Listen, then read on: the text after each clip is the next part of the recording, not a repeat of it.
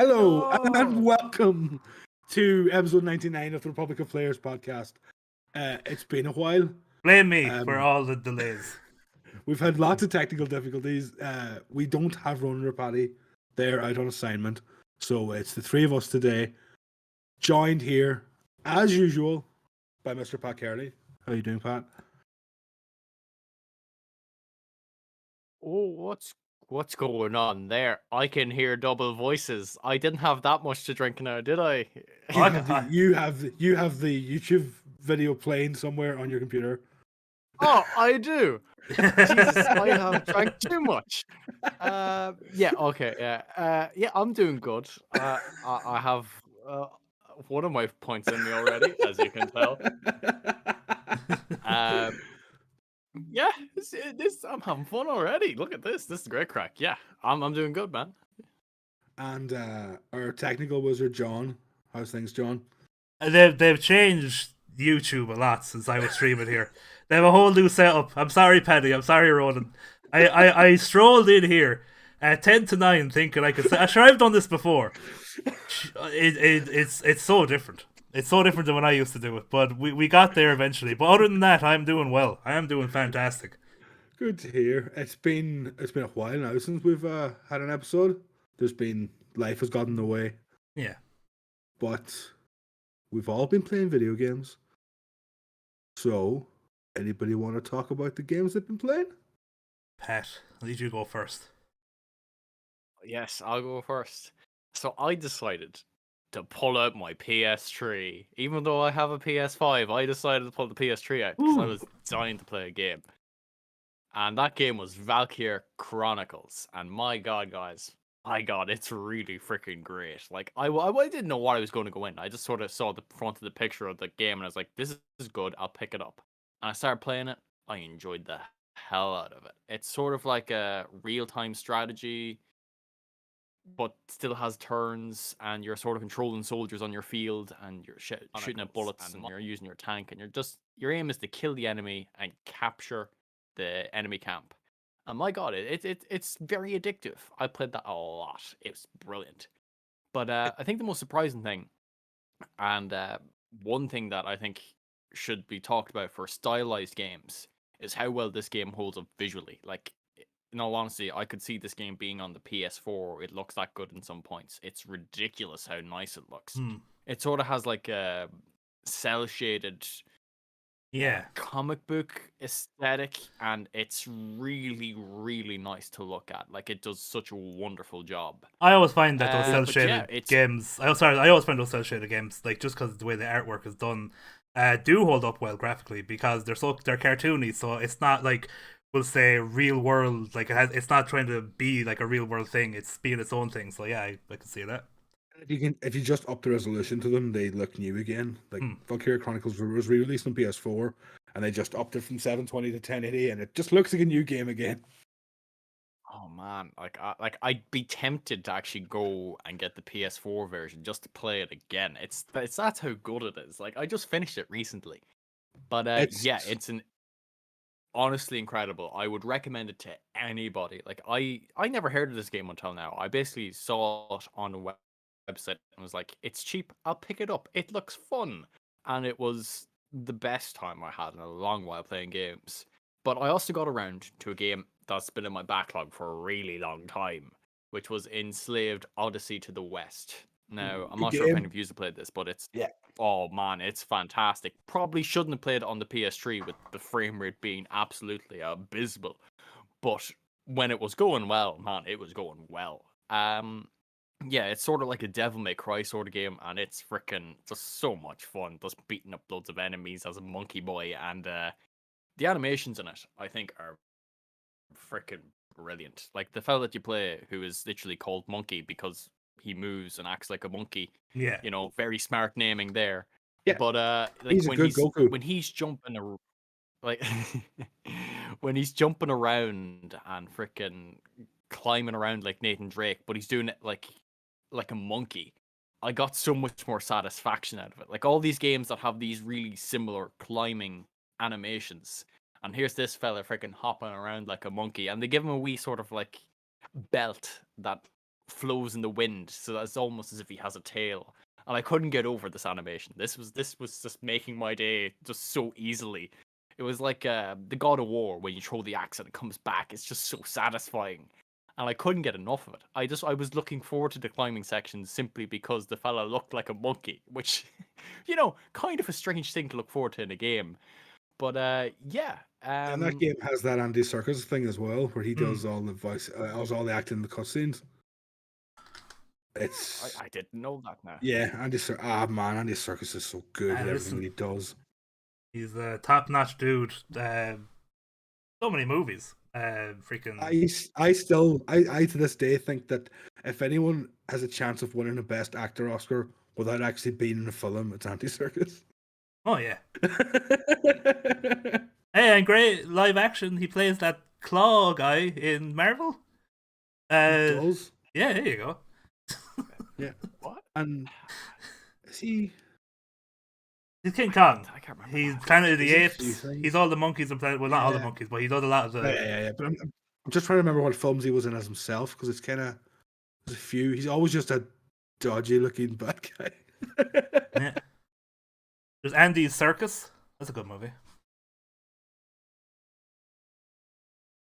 But I killed the room with that one.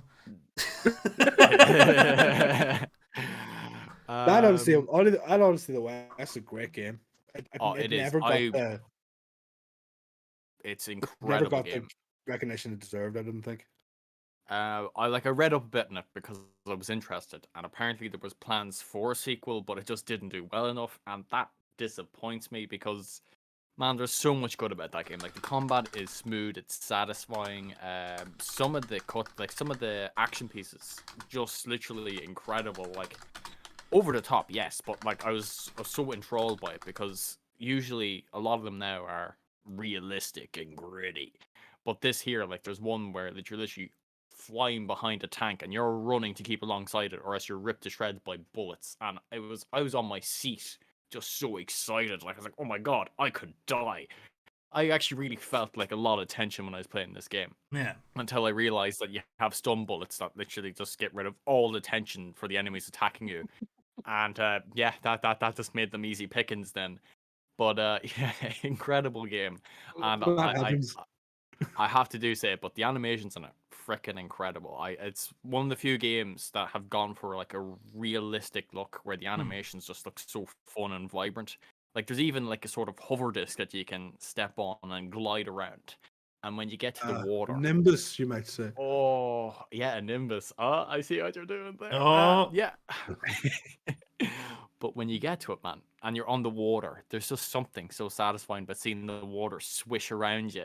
And yeah, man, I had loads of fun, and I'm gonna have more fun with my PS3 because there's so many other games that I want to play. Like, I'm gonna go back and play Dynasty Warriors Gundam because I want to just destroy big mechs and thousands of them as one mech. I have that game. That's a good game. Oh man, it's so good. I wish I could get like 2 and 3, but like they're surprisrisingly expensive for what they are. Those games were expensive when they first came out. They didn't sell very much money over here. Yeah, and I still want them because, like, Dynasty Warriors always scratches a certain itch, and like I have loads of them, and I'm just probably going to go through them now for a while, and that's just probably going to be like my niche for a bit. Just killing loads of people. I think I find with Dynasty Warriors, I kind of like all the Dynasty Warriors spin-offs. I just don't like the main series because, like, I like the One Piece games. I like the Attack on Titan games. I like the Gundam games, and I've no interest in the mainline Dynasty Warriors games at all. That saddens me, man. You're missing out. You're missing out. Boys, I'm going to let you do the next one in because I think I may have to move a router again, so you can talk to Pat there for a minute. No problem. Sort some stuff out. So, yeah, I'll talk about some games I've been playing. The game I've been playing a lot on my Switch is Shin Megami Tensei 3 Nocturne. For anyone who doesn't know, Shin Megami Tensei is the series that birthed Persona. It's a really long-running series. It's very, very strange. So SMT3 opens up. You and your friends have been invited to a hospital to visit your old teacher. On the way there, you hear reports of a gang fight that was in the local park that also might have been a cult ritual involving demons, but nobody's quite sure. So you get to this hospital and there's nobody there. And so you start wandering around the hospital and you find this guy who is beside this big circular thing with runes on it. And he's like, "Oh, so you're a person. I'm about to destroy the world, so I'm going to kill you."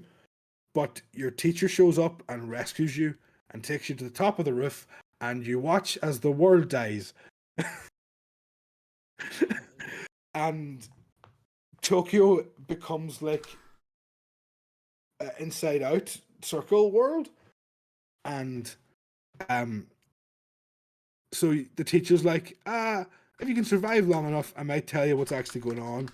So you go to leave the hospital, and a child who I think is like Lucifer, and it's like Butler, kidnap you and put a slug in your eye, and that gives you demon powers. So it's one of the most bizarre opening 20 minutes to a game I've ever played, but it's real cool. That will sound bizarre, but like I guess it's a Japanese game.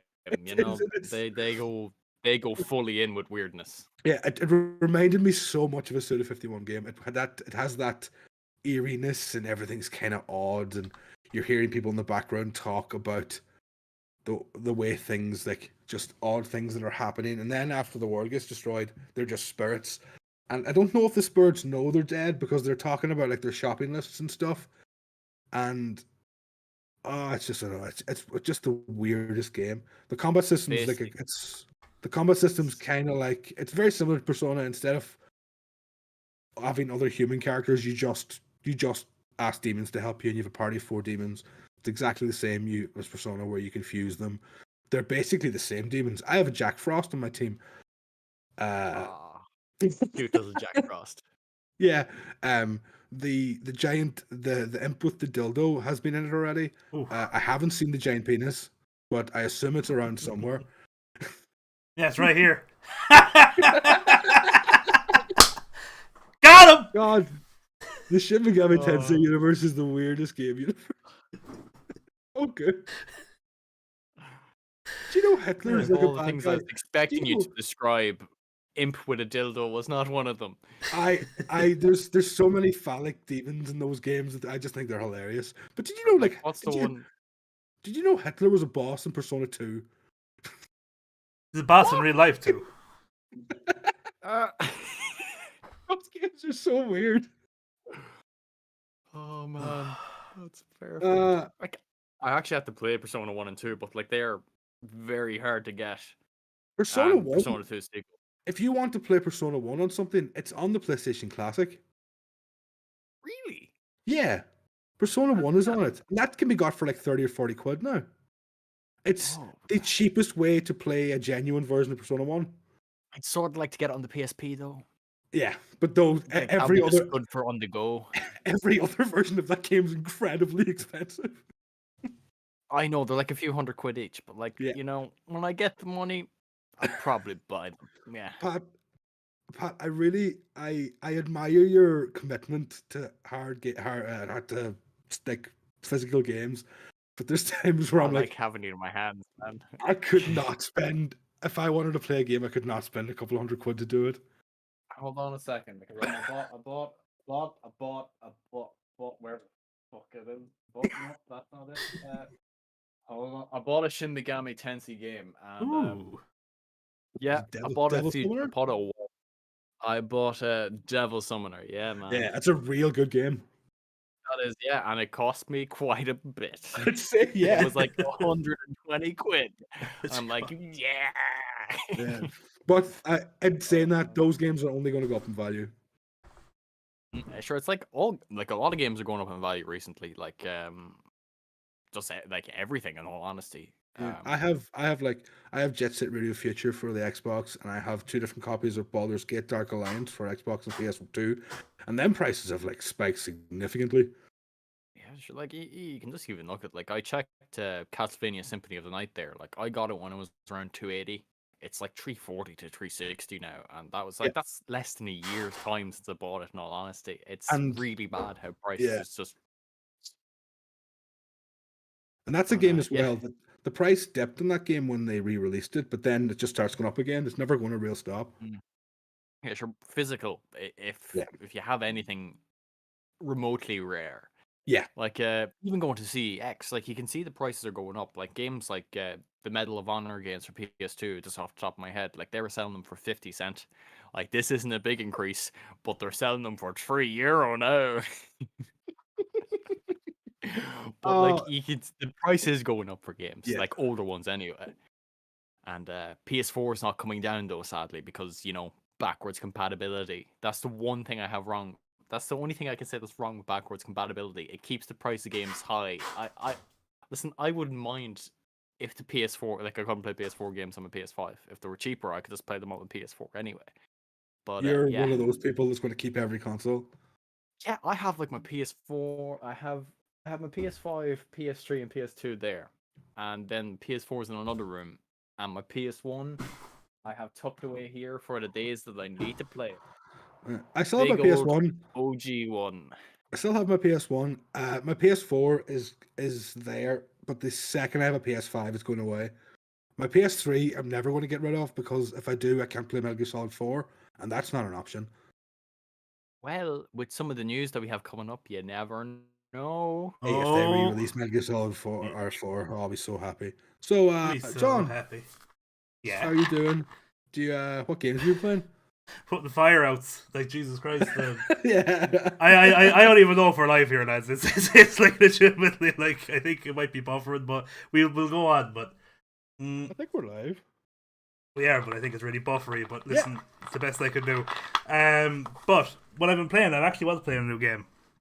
I was playing a somewhat not old game, but like last few years that I got and never played, and now I've decided to give it a go, and I'm enjoying it immensely. And it is the first, not the DLC that came out afterwards, kind of, but the first Insomniac Spider-Man game. Hey, yeah, nice. It's so good. It had the tweaks done to it for the PS5, which made it like HDR and all proper. The actor. Yeah, so see, I never knew the old actor. That's my Spider-Man. It's still the same voice actor, though. Yes, it's just a different actor to get better facial expressions. So weird. No, and again, I never had to live with the old Spider-Man, so it's no issue for me. But no, it is fantastic. I will say, and I'm enjoying it immensely. Tiny bit repetitive, but it is very, very good. There's nothing. You've heard me go on sometimes about, and Pat as well, actually, about sometimes having this kind of this tiredness of like open world games with a load of side missions to do. But there's games that do it well. Like obviously one is God of War, the remake, because the map is big-ish, but it's condensed, and every little part of it has meaning. Like even every little tiny island has meaning. So that's what makes that game so unique, and why I don't mind going around and looking for treasures and looking for stuff in that game. And for Spider-Man, the reason why I don't mind going around and fighting villains every 5 minutes because there's another drug bust happening is like the swinging mechanics are so good. It's the best. Like it's so easy. Like it's literally like right trigger and X just if you want to do a quick turn. That's really it. And what I really liked about this, the little things that I liked about it, the fact that you have to be near stuff to swing. You're not just shooting up into the air and swinging wherever you want. So when you're going through Central Park, sometimes you're like, oh crap, there's nothing to hold on to, or like near water, which could be annoying for some people, but I just really like the realism. But it just, and it's on the PS5, I don't know how it looked on the PS4 when it first came out, but on the PS5, it is gorgeous. Like when you're like swinging through New York, and like it's orange during the sun's coming up or coming down, and the sun's coming through, and there's birds flying in your face, and you're swinging around the city. Like I could do that all day. Yeah, it's so much fun. I'm about. I don't know how the game is you've played it, Aiden, have you? Yes. It's a relatively short game, is it, or is it long? Not overly long. There's just enough stuff in the middle that it never seems really. Yeah. I think maybe 18 hours I got out of it. Well, that would make sense because I've only played a few hours, and it said I was 25% through it. And when I saw again, I don't mind a short game. Like I actually love like Resident Evil 7, Resident Evil 8. I like the fact that they're short. I like the fact that you can. It's good content that isn't drawing itself out, but obviously it's as long as it takes for you to clear it, because obviously you could just go swinging around solving crimes and looking for collectibles all you want. But no, I was a tiny bit surprised that it said I was 25% through the game. But no, I'm very much enjoying it. What I like about that game is it's a open world that isn't too full. Exactly, and it's relatively condensed as well compared to some open world games, I think.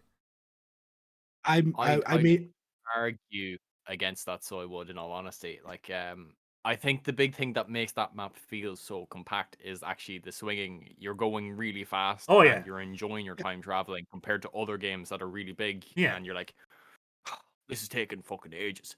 But with Spider-Man, like, if you go for 100%, which I did, you'll soon find that there is a lot of this little niggly bits that you're going to be looking for, and it's not as fun. I am the completionist stuff. That's the thing. I'm never going. Once those end credits roll, I'm on to the next one. Yeah, I'm the same.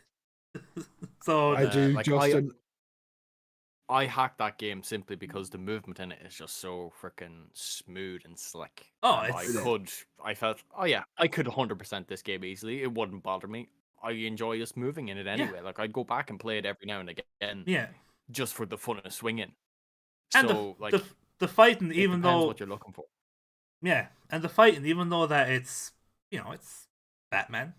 Every game has copied Batman since the dawn of Batman. But it's still really fun. It's fluid and it's tidy, and I like the little change ups. Like, it's not just attack, counter, jump, and dodge. Like, you got the webs to grab things and throw them around, and all the little gadgets and all those other sort of stuff. So it is fluid. And the cheat move. What's the cheat move? The first super they give you in the whole game, which is insanely overpowered, and you never really have to take it off. Oh, the one that gets your focus. The focus, the big spinny web shot. Oh thing. yeah. That's so overpowered. It never isn't the best one. Yeah, no, it's awesome. But yeah, I just really enjoyed my time with it, honestly. That's good. I will also say that I've started playing the Diablo 2 remaster. Nice. That is Diablo 2. They haven't really changed it. There's no quality of life improvements at all, but it's pretty. Yeah. It's still a good game because it's Diablo 2. It was a good game, yeah. Just Diablo 2. Inventory's still a nightmare. But with that, I think we should move on to the news. We'll start with a story from last week. There was a Nintendo Direct. Did anybody watch it? I did, actually. I watched some of the trailers. I didn't watch the whole thing, though. I love Nintendo Direct, personally. I think Nintendo does such a good job putting charm into their game announcements.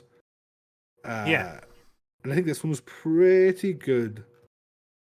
So the first things first, I'm real sad that I'm going to spend 50 quid on an N64 controller. Is that for pure... Sorry, work away, Pat. I think, hold on a second, because I was reading the story up about this, because I wanted to get the Sega controller, obviously. Yeah. But apparently the Sega controller is Japan only. Is that the same for the N64? No, they're the 6-button Genesis controller. Yes, I heard that. Yeah. We can get the 3-button one. Goddamn Japanese getting the good stuff. Yes. Getting those extra buttons. It also doesn't seem like they're releasing any 6-button games on the system over here, so that kind of evens it out. As long as we don't have to play Street Fighter with a 3-button controller, we'll be grand. Can I ask you a question as well, Aidan? And I'm probably going to start a fight either within our chat or within our community. But I love it. Why are you getting the N64 controller, for sheer nostalgia? Or I like controllers. I know, but I dislike the N64 controller. So do I. I'm that guy. Fine, that's good. Because people do argue with me about this, and I think it's pure nostalgia. That people are like, no, it was a great controller. You couldn't use the left side. The whole left side of the controller was because you had your freaking hand on the stick. What was the point of that side of it? But if I'm going to play Ocarina of Time, I kind of want to use one. That's true, that's fair. And like, fine, the stick was cool at the time. And I actually, one of the things I'm really looking forward to is being able to feel a new N64 analog stick that's never been used. Oh, yeah, that's true, actually. They've aged so badly. Oh, yeah, sure. Too much GoldenEye, man, you know? So, yeah, along with that, they've announced that the Switch Online system has been added in N64 and Genesis games. Yeah, that's cool. Yeah, what they showed was Super Mario 64, Mario Kart, Lilac Wars, not going to call it by its American name, and Ocarina of Time, and Pokemon Snap. And the Genesis games they showed was Sonic 2, Echo the Dolphin, Streets of Rage 2, and Contra Hardcore, which is a great game that nobody ever talks about. I'm so happy to be able to have that there. Oh, Sega Mega Drive was the best, dudes. I've said this before in a different episode. We're talking about like the consoles from our past that like shaped us as men. The Genesis was the Mega Drive. I only call it Genesis because my brain. Don't get say Genesis. I got real used to calling it Genesis when I was in college and downloading emulators and stuff. But no, it's just such a good thing, and I know it's the whole joke of Nintendo are once again going to rake it in off your nostalgia. Just like, hey, you see this game that's literally 30 years old? 40 quid. I know it's subscription. It is subscription. I'm going to give them 50 quid for a new wireless version of one of the worst controllers ever made. They're geniuses. They're geniuses. We're going to make the same crap every 10 years, and you're going to buy it for full price. And you're going to smile about it. You're going to tweet about it. I'm so excited about the idea of being able to play Paper Mario with an N64 controller, and I hate that controller. Goddamn geniuses. So, other things announced on this Direct, there was that Yoko Taro is making a card game that is literally just cards on cards and cards and cards. It's called Voice of Cards, The Idle Dragon Roars. Did you just watch that trailer? No, I think I only caught the second half of the Direct, actually. I remember seeing it, but like I know a lot of people, like I saw a lot of news stories for some strange reason after going, I was really interested in this till I saw it was by Yoko Taro. And I feel that's like a horrible thing to say, because like if you're interested in a game, like I don't think a director at the end of it should go, ooh. I'm kind of on the other side. Yeah, well, because I'm kind of convinced this game is going to seem like a card game, and then halfway through you're gonna have to burn all the cards and do something. Man, I would hate to do that. And then Disco Elysium's coming to Switch. Yeah, that's the one. Cool. Yeah, because Disco Elysium is the game I've always wanted to play but never have. Because it's such a good that's my type. That's a game I'd love to stream, because it's such a game where if you're reading all the text and like, or you could get into character and you can, do you know what I mean? That it's good narrative. Yeah, there's so much text in it that I would advise playing the Final Cut, because there's voice acting. That's true. There's so much text. You'd probably like destroy your voice. I love doing voices and pretending to be. Then that game would be perfect for you. If you want to do that, that'd be a real cool idea. Yeah. That game's real good. My communism got real strong in that game. It was that game that I've always like seen and been like, I'm gonna play that one day. I just never have. There's also a new the first 3D Kirby game. Yeah, cool. I think that looks really good. Yeah. Oh, I forgot about that. That's actually like, this Direct was great. Like, yeah. Yeah. There was actually so much there. Yeah, there's a lot here. Like, I'll just quickly go over. There was that Project Triangle Strategy, which is a game I'm incredibly excited for. Oh man. Oh, orgasmic, man. That's what that is. Yeah, Metroid Dread, which is getting rave previews. There's the Castlevania Advance Collection, which has Aria of Sorrow, which might be my favorite Castlevania game. The remaster of ActRaiser that came out of nowhere and got released that same day. This is the one thing Nintendo does better than anybody else. Nintendo Directs will always have something going, and this is going to be released today. I love that. That's my favorite way of doing something. Can I just? It's probably on your list, but we all know what the greatest announcement of the Nintendo Direct was. Oh, right? I was leaving this for last. Okay, fine. We'll leave it for last. Yeah, because just before that, I'm going to say, finally we saw Bayonetta 3. Yeah. 5 years in the making. Oh my god. So she looking good. Yeah, that's good. So the kindly old Shigeru Miyamoto came on screen. And it's greatest moment of all time. Yes, which I mean that with no exaggeration. Started talking about the upcoming animated Mario movie that he's making along with the Studio Illumination. And John, do you want to tell everybody who's playing Mario? Chris freaking Pratt. But you already knew that.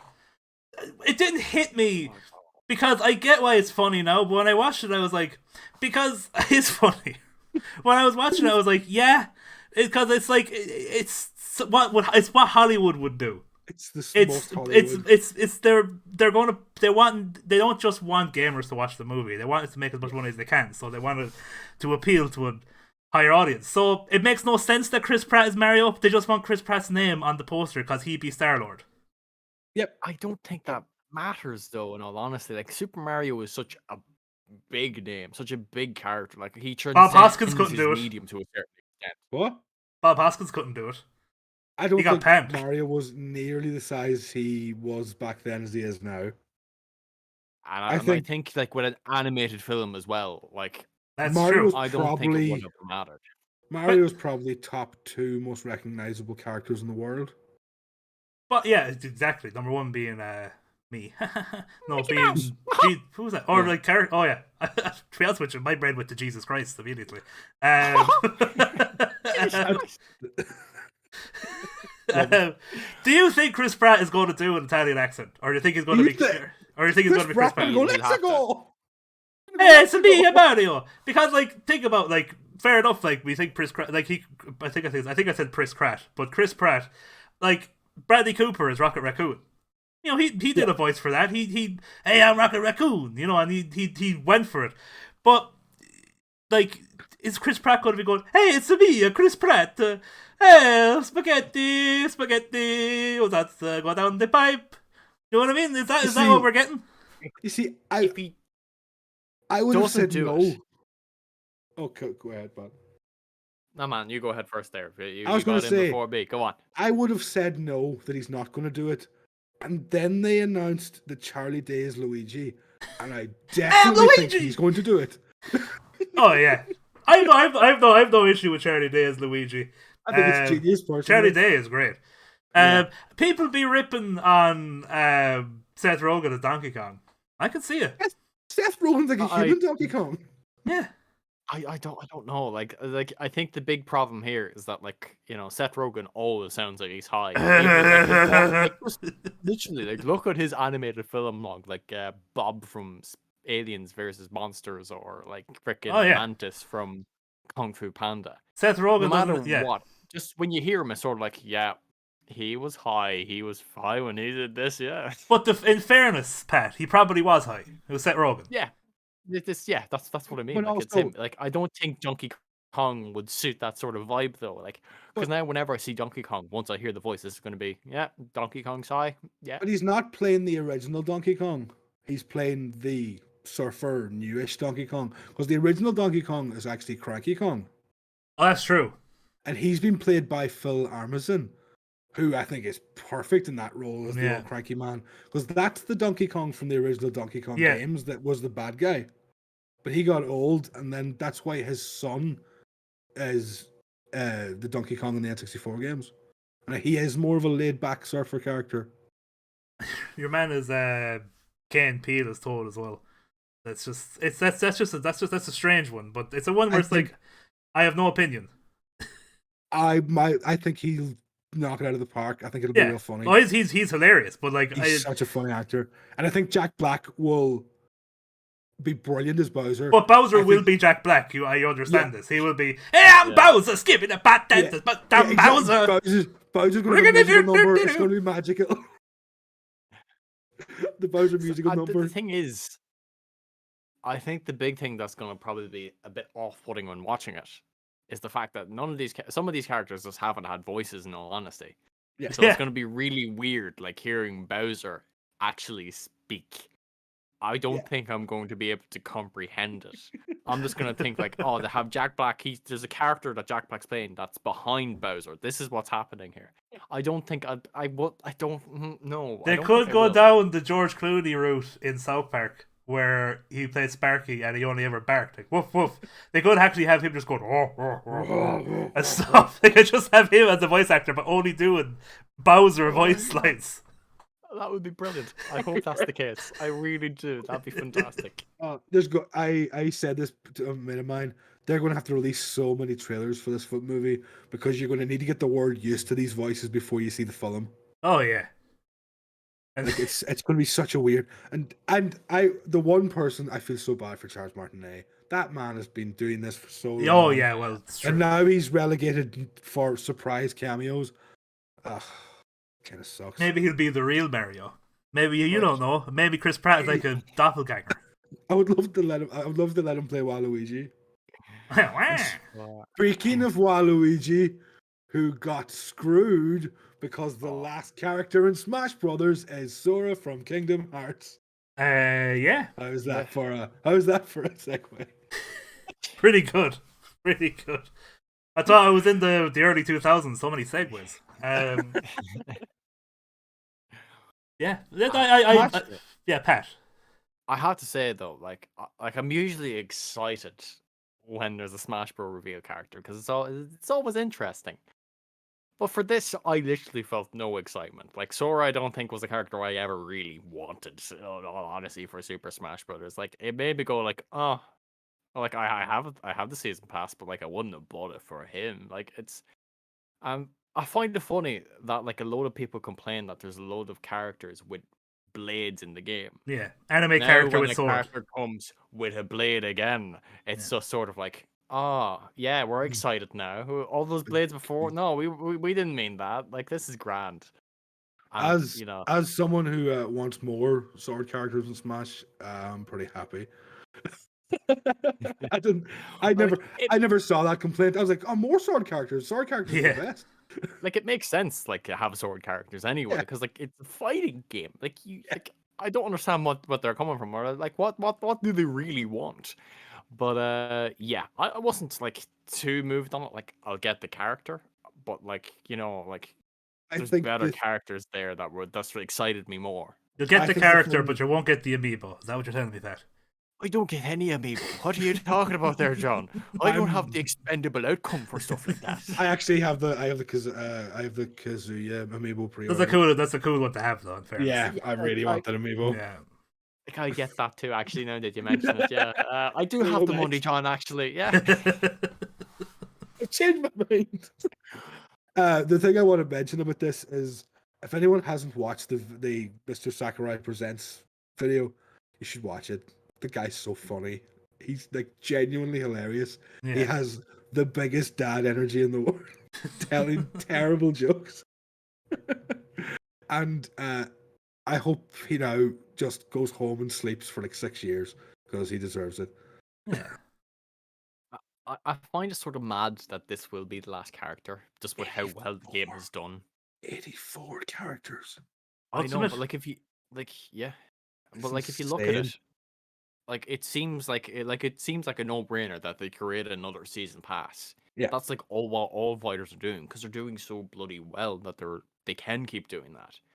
So like I'm wondering now that like he said he's done, but I wonder if they'll get someone in to sort of continue on. It's hard. Nintendo are kind of loyal in a way that other companies aren't.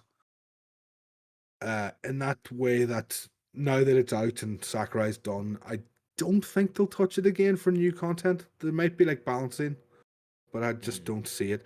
I personally think that this is it. Smash Bros. Ultimate. You should just be having like 6 characters a year for the rest of the time. Make it Mugen eventually. Yeah, I think it's going to be very hard to make a sequel to this game and get like all the rights again That would be an insane undertaking to do. Yeah, and if the poor fecker who gets that job, I will pray for him, because like that's not an easy place to be in. Imagine going like, oh, I have to have more than 80 characters in this game just to, be on the same level as the previous game. This is a game where Kazuya Mishima, the Minecraft character, a plant from Mario, and Sephiroth can have a fight. Yeah. It's mad. It's so mad. It's insane. We're going to move on from that, and we're going to talk about a game that John is heavily looking forward to. Oh, yeah. So, Elden Ring's now in its final stages.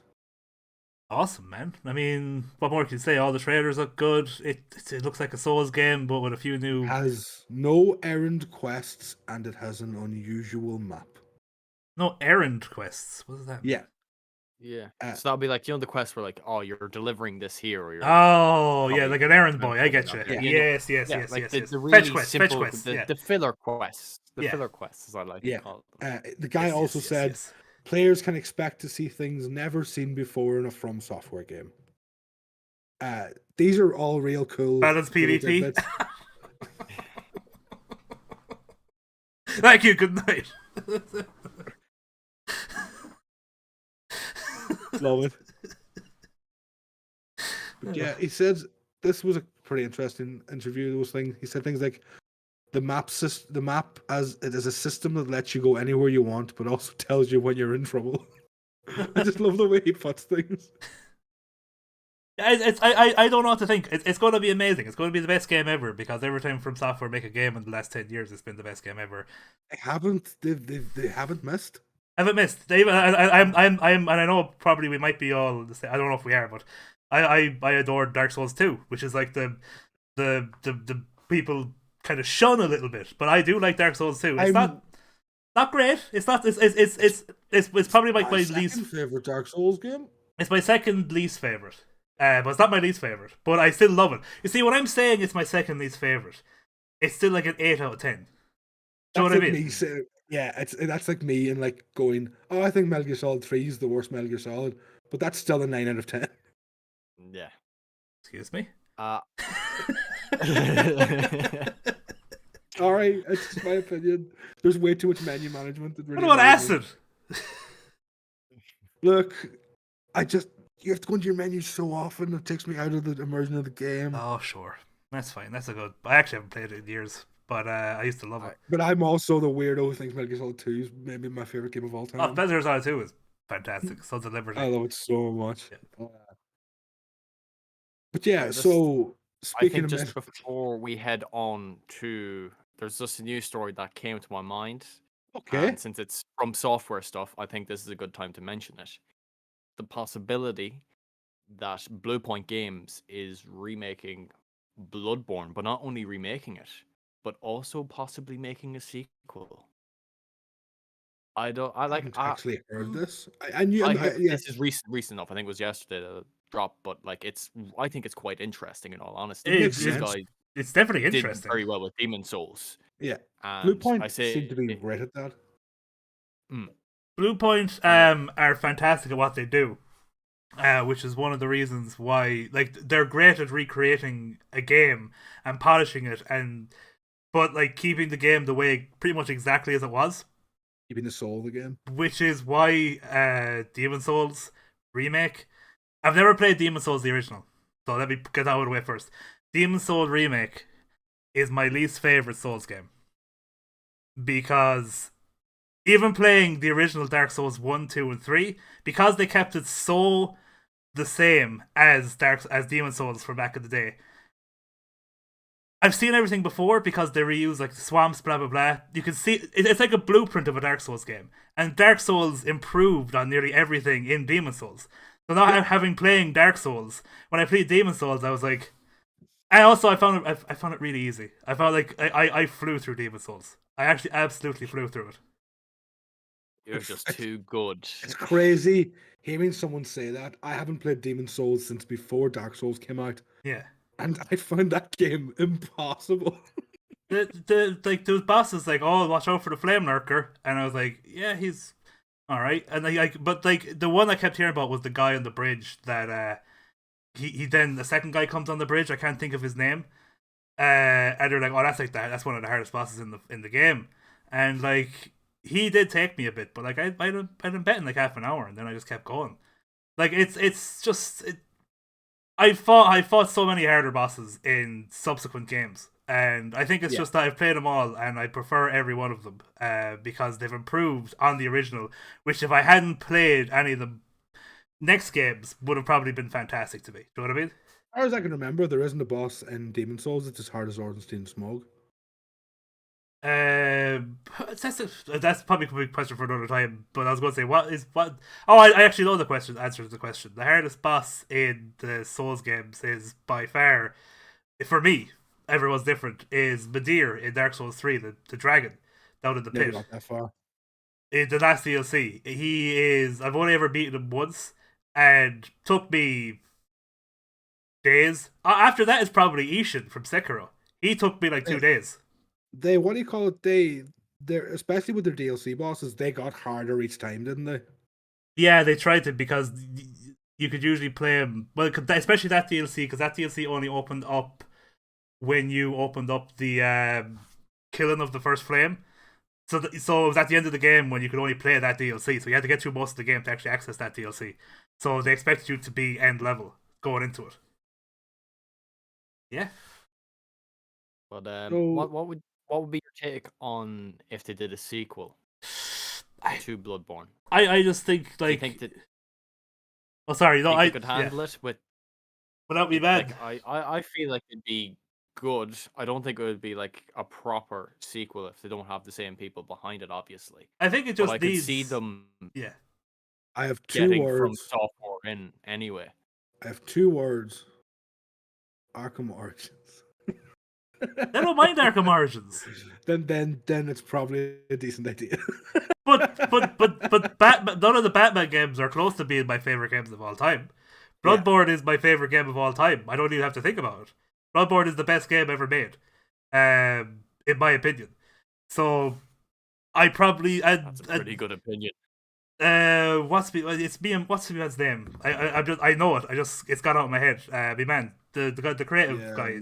I'm literally Miyazaki. Miyazaki. Miyazaki. Like, if he's not, like, I would like him to be involved to some degree. I know he probably it might be hard to do with Elden Ring and stuff, but I suppose that's nearly out. That's nearly over. Yeah. I probably would just prefer From Software to do it, honestly. I would like Blue Point to do the remake. Go back to it.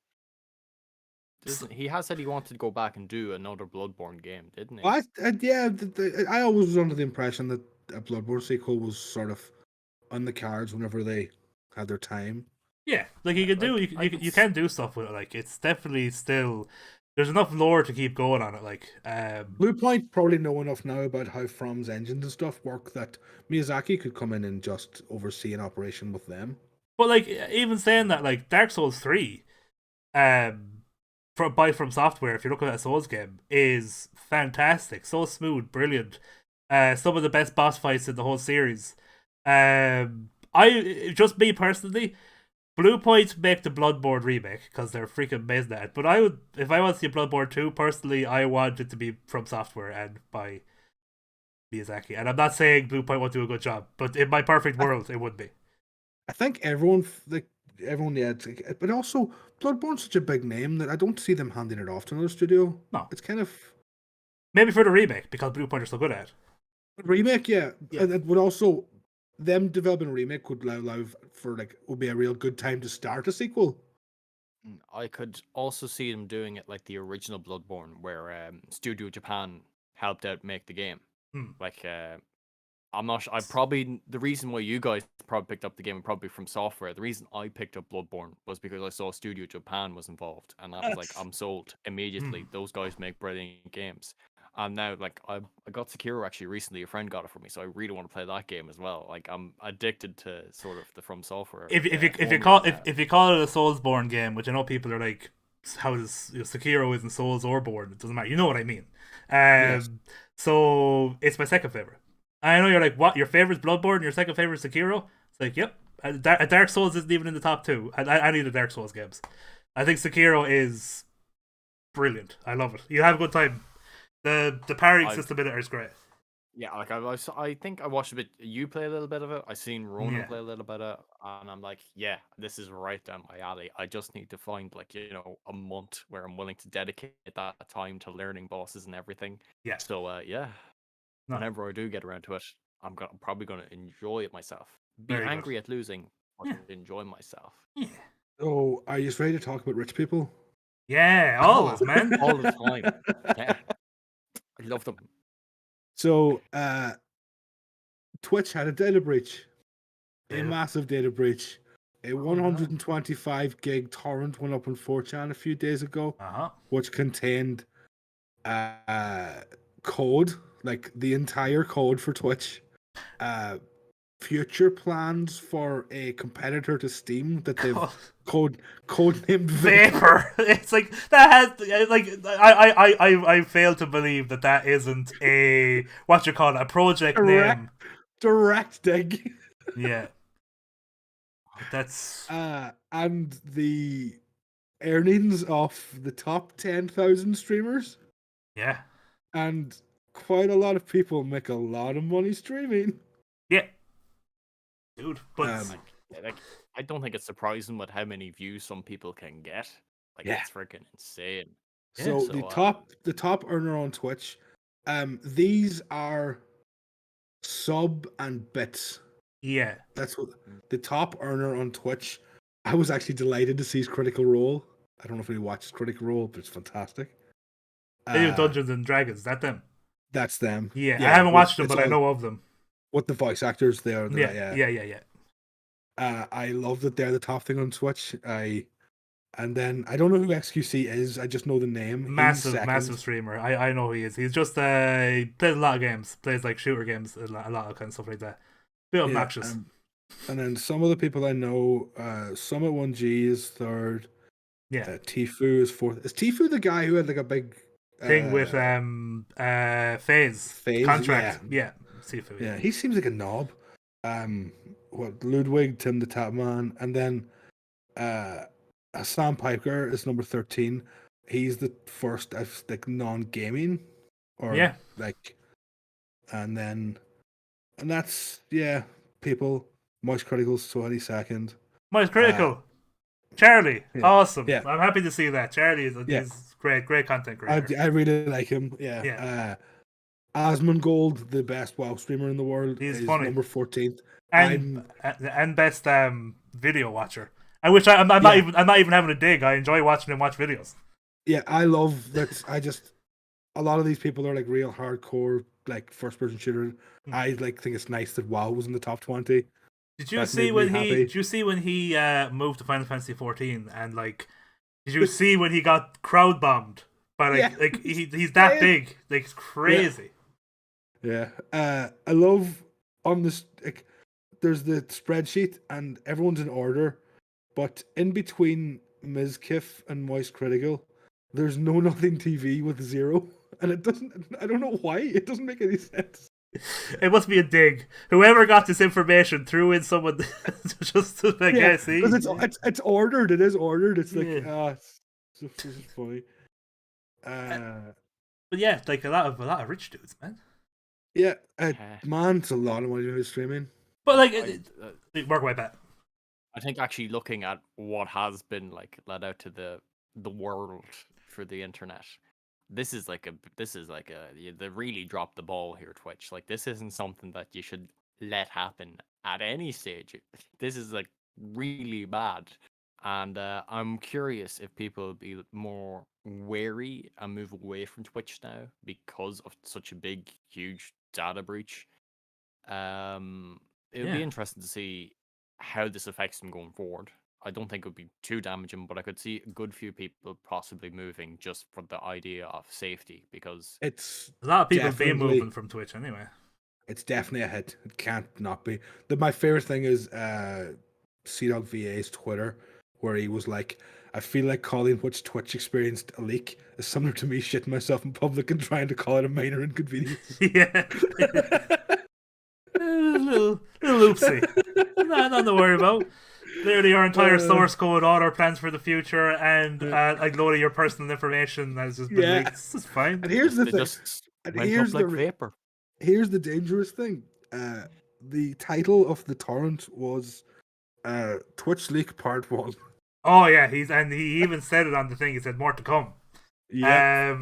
Yeah, it's scary. It's the world we live in. Change your password. 2-step authentication, family folks. members. Run away from them. But no, everybody should change their passwords. When it comes to like the money aspect of it, and people being like, "Cause you'll see your laddie daddy fancy foofas," and you know what I'm talking about when I say these fancy words. That they'll be like, "Oh, these people shouldn't be making this money. They're just sitting down playing video games. What are they doing?" And it's like, I don't know. I hate that attitude. I think if you're entertaining people, it's no different than, well, busking, I suppose, but also this is busking. This is crowdsourced wages. Hey, people give these people money because they want to. Yeah, and it's like a lot of these people are very entertaining, and a lot of people are always like, why? Again, not a lot of people, like people who don't get it. A lot of people understand it. Like year by year, more people are getting into this. Like it's still a growing industry, but people are always confused about, why do you watch this guy play this video game? And a lot of the time for me, it's, this guy's hilarious. He could play the fiddle, and I'd still watch him. Do you know what I mean? It's not about what he's playing. I'd probably be more likely to watch him if he's playing the fiddle. Exactly. But like it's music streams. Yeah, but like I don't know, but it's I don't care, I suppose, how much money these people make, because they're making it honestly, and there's a grind there. People don't want to, and I know people hate that word when it comes to streaming. They're like, oh no, I don't like the word grind because I like it when I like this, because it's fun, it's a hobby. But like, if you're doing it for real, there's a grind to it. Like, look at Ludwig. Ludwig is in that top 5, right? Ludwig was number 6. Number 6. Well, he's in the top 6, right? Holy God, did that man deserve for it? That man deserves every little bit of it. He did the freaking... And he used to work for a month straight. Streamed for a month straight. Revolutionized, made the subathon a thing. That's a thing now that people do. Streamed for an entire month straight and became the number 1 subscribed to person ever on Twitch. Just so he could beat Ninja. Yeah. That is... And I know he did take he did take a few days off in between. He left the stream running and he went to visit people. But that's neither here nor there. He does. Well, in all honesty, I think he deserved a break. Like, in all honesty, if you're going to stream for a month, that would just be unhealthy to an insane degree. It is unhealthy. Yeah. Though I will love that he made a point of, while doing this month stream, trying to be healthier than usual. Yeah. Which was I like that. He did, and he worked out on stream. He cooked on stream. He obviously played games on stream. He slept on stream. These people, I will say this: Twitch streamers are ethical millionaires. Yeah, this is exploitative earnings. People give you this money willingly. There's no exploitation, except for you gambling assholes. They should all go down in hell. I agree with you.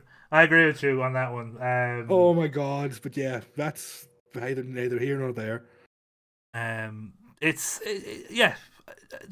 really it. Like when the news broke, and I loved like a lot of the big streamers came out, and like their thing on Twitter was either like taking the piss out of it, or basically saying, "Yeah, no shit, I make money. What are you talking about? Have you seen how many subs I have? It's easy math.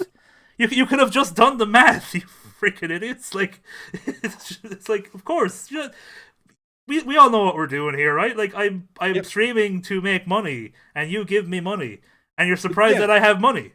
What is your problem? I watch Hassan quite a bit. Hassan has a number on the top right of his screen with his sub count. Yeah, it's multiply that by what is it? 2.5 because it's 2.5.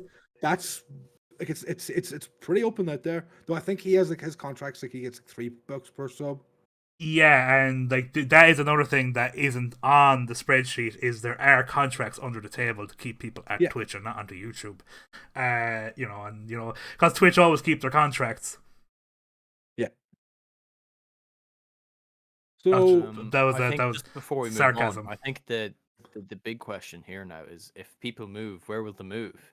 Because I have YouTube. a feeling that it won't be YouTube. No, there's why? one service out there that's Oh, better than the rest. OnlyFans? We've talked about it so much. Okay. No, I'm talking about Brime.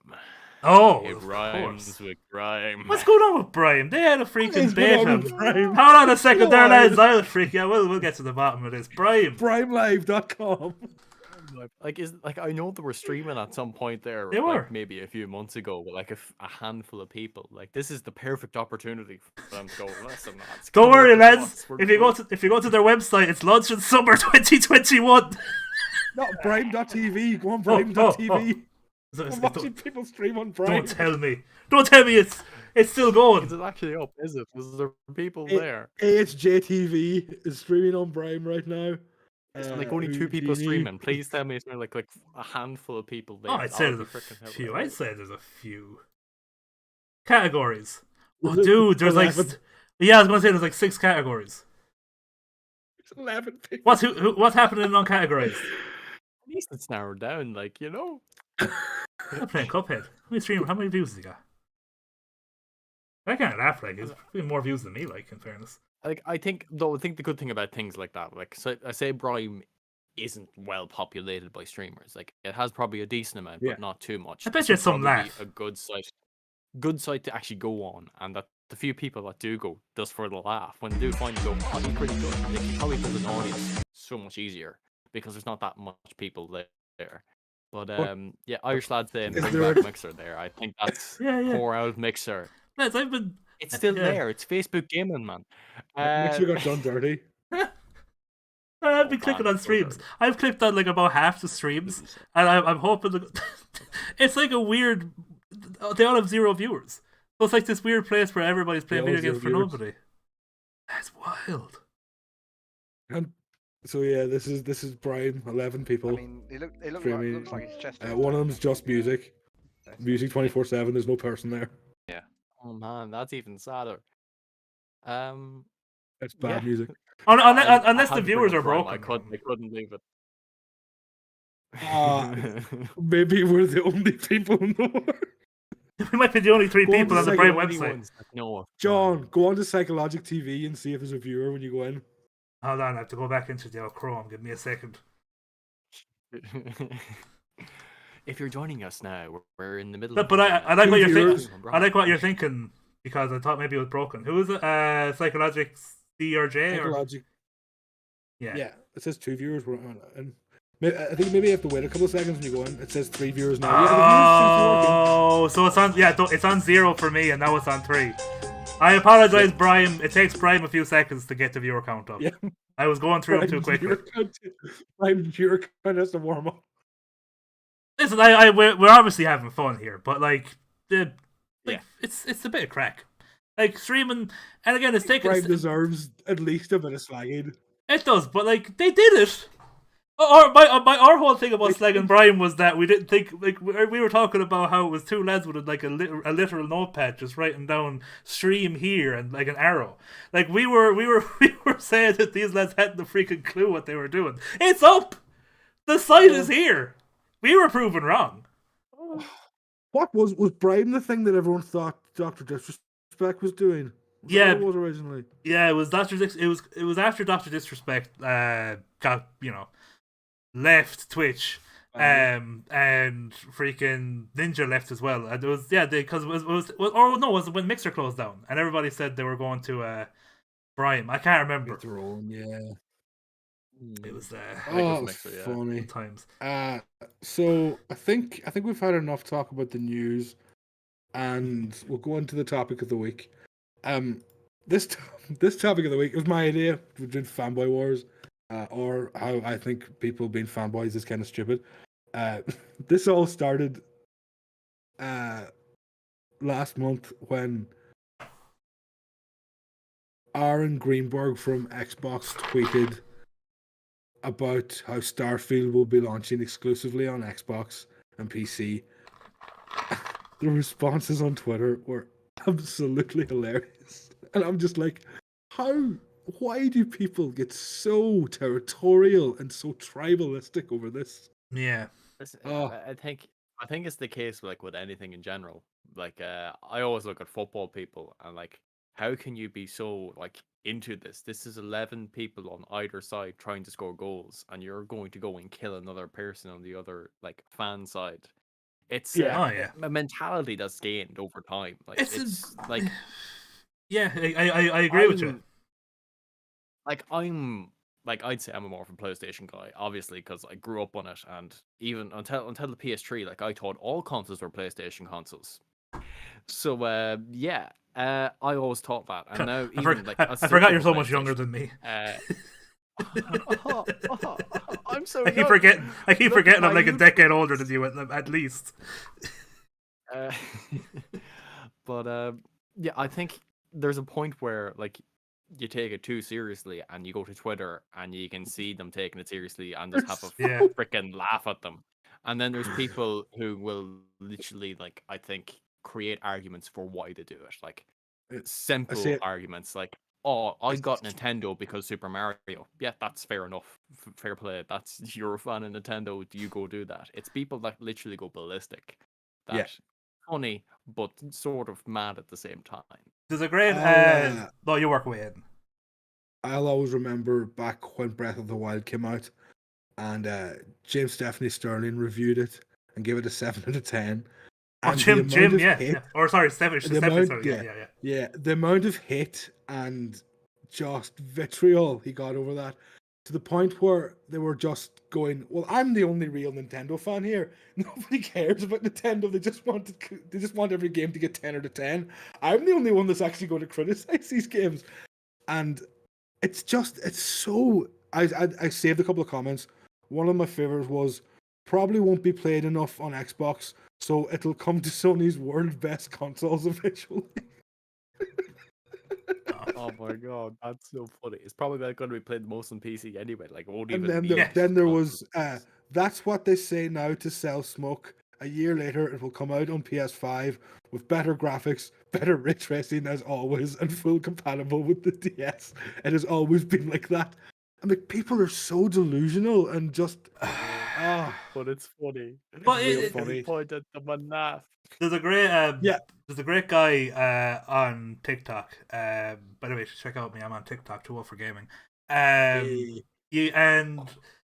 His whole thing, he's made like videos, a series of videos where it's two people having a discussion, and it's just one guy going, "Hey, I like to play on Xbox because I like their games," and the second guy goes, "Hey, I like to play on PlayStation because I like their games," and then he goes, "Cool." It's like, "Hey, this is how the world should work," or something like that, and it's true. Not, "I want to play on an Xbox because I want an Xbox," and then this guy, "I'll stab you if you don't change your mind." I don't get it. Well, that's because I always own everything. But I'm the same. I like to have everything. But I don't get it in the sense that I wouldn't like. I get it when it's kids. I get it when it's teenagers. But when it's grown ass men and women, doing this crap, it blows my mind. It's actually like, what are you doing with your life? Yeah, that you care what I play. How does that affect you? You maniac. Like, I can understand some of the psychology behind it, especially when a new console launches, because at that point you're like, I need to validate that I spent so much money on this. So you're wrong. I was right. My favorite is. I feel that's the thing. Yeah, no, you're completely right. I agree with that. People want exclusives for their own console so bad, and then whenever the rival console gets exclusive, it's like, wait, no, that's illegal. That's all it is. It's just territorial, exactly. As you're saying, it's territorial. It's territorial. And it's been in our brains since we were like throwing rocks at each other. Tribalism does nothing for nobody. It's but like, listen, PC Master Race. No, I'm only joking. Yeah, it's honestly, I do like a console because listen, it's two different experiences. And I like PC too, but like I like playing on the PC for some stuff, and I like consoles to relax. Honestly, just sit back on the couch, controller, love it. Not even on the couch. to me, Out of console is curiosity- bad. Oh yeah. But out of curiosity, have you guys seen that Flash gets skit? Oh about yeah. the PC Master Race. Oh And how the yes. consoles have become better because they can't actually get the proper equipment to make Yeah. their PC They go to upgraded. China. That sums it up so well. Yeah. Bitcoin Oh my farmers, God. god damn it. And also, I will say this. I'll say this as well. Consoles are getting so close to being PCs, it's ridiculous. Dude, and I know people give out about, well, that actually, do you know what? That was a whole 5 teraflops less than my PC. Like, when people start, like, again, I have 2 small points here. Number 1 is, who gives a crap if the game mechanics are crap? Like, some of the best games I've ever played. Papers, Please is freaking one of the best games ever made. And it's freaking pixel art, basically. And so pointing good. and clicking on passports. Because the game mechanics are so freaking good. If you haven't played Papers, Please, people, play Papers, Please. It's so good. Yeah, you really should. You'll cry. Number 2, it's even if it's not exactly there, and I'm not talking about a 3090 with that thing that nobody can actually get, but like when I was playing Spider-Man again on that PS5 on the 4K television, I was blown away by it. Like, it's so pretty. The PS5 is a powerful engine. I assume the Xbox is too. And they make pretty games. And if you're into that stuff, like, it's so close, as you were saying. Stop all the console wars, lads. Just stop it. Yeah. Like, Stop it. I Get some help. think power is like a really poor argument. Yes. If you're gonna say power is better, like if you look through back at history, like some of the best consoles and some of the consoles that have sold the best, they weren't the most powerful of their generation. PS2 you're is literally- significantly less powerful than Xbox. Oh, yeah, the PS2 was like the weakest console out of the generation, and like still it sold like freaking hotcakes. Yeah. The Like Dreamcast. nothing. The Dreamcast existed. I know it's not Yeah. necessarily power; it's more like memory. But that whole remember the whole Jaguar thing with this only has 32 bits, we have 64 bits, but all the games were garbage. Like that famous commercial where it's like, what's bigger, 32 or 64? Take a guess. But That was a terrible console. with terrible games. Yeah. Yeah. There's like 4 good Jaguar games, I think. Yeah, Yeah, I think that is it. It's more so what the developers can do with this hardware. Because like if you look back at like even PS3 games near the end of the life cycle, those games still look freaking incredible. And like even like I played Gran Turismo 4 there recently enough. That game still looks freaking insane. Like I know car games usually always do look pretty on consoles. Yeah. But like There's a reason they come out at launch. power is not what makes a console. And I think people are seeing that with this generation because of how slightly different they are. Like they're reasonably the same power, but it's more so like I think Sony's gone for more speed while Xbox has gone for more power. Yeah.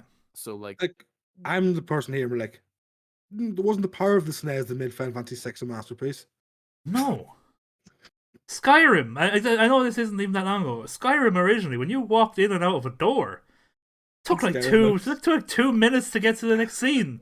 Also, Skyrim looked bad at launch. Well, yeah. Bloodborne. Remember Bloodborne before they patched it, where like you had the loading time when it originally came out. Every time you had to go back to the Hunter's Dream, it was actually insane. It was like I think 2.5 minutes. I was like, no. Bloodborne post patch Changed the world. Its speed run actually takes longer than it did pre-patch, but it's a shorter amount of time to do because of the loading. Yeah, it's insane. If you have to go back and forth anywhere, they patched out all the glitches, so you couldn't do the game as quickly. But because of the loading, the game was still faster to speedrun. I mean, it's fair enough because, like you know, if you ever, I know you have, I'm more talking to the chat and stuff. But like, if you've ever played a From Software game, there isn't too many loading scenes. Like it's all one big interconnected world. Yeah, usually, do you know what I mean? Bloodborne. Sorry. Except for Bloodborne. Well, yeah, well, you have to go to Hunter's Dream. Hunter's Dream and Demon's Souls as well. But I suppose I meant like separate to the hub world, and Canehurst, I suppose, if you want to get, and the DLCs if you want to get pedantic.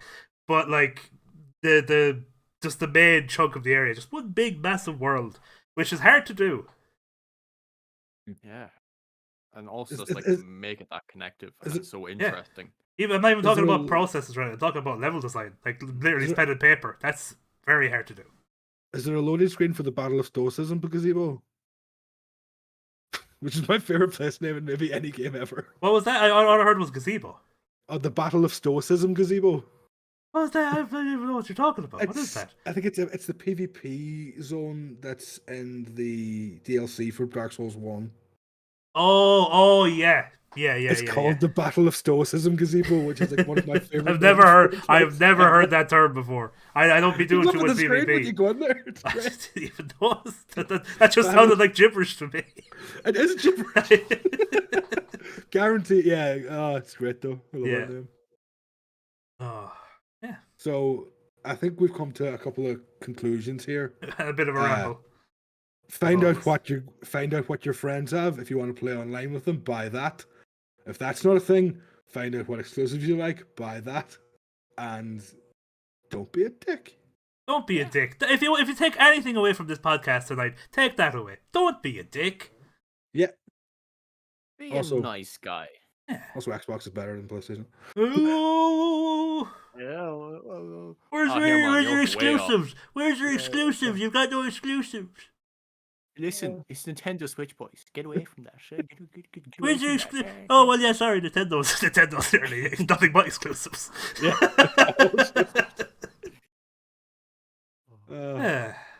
Bit of fun podcast, lads. I enjoyed that.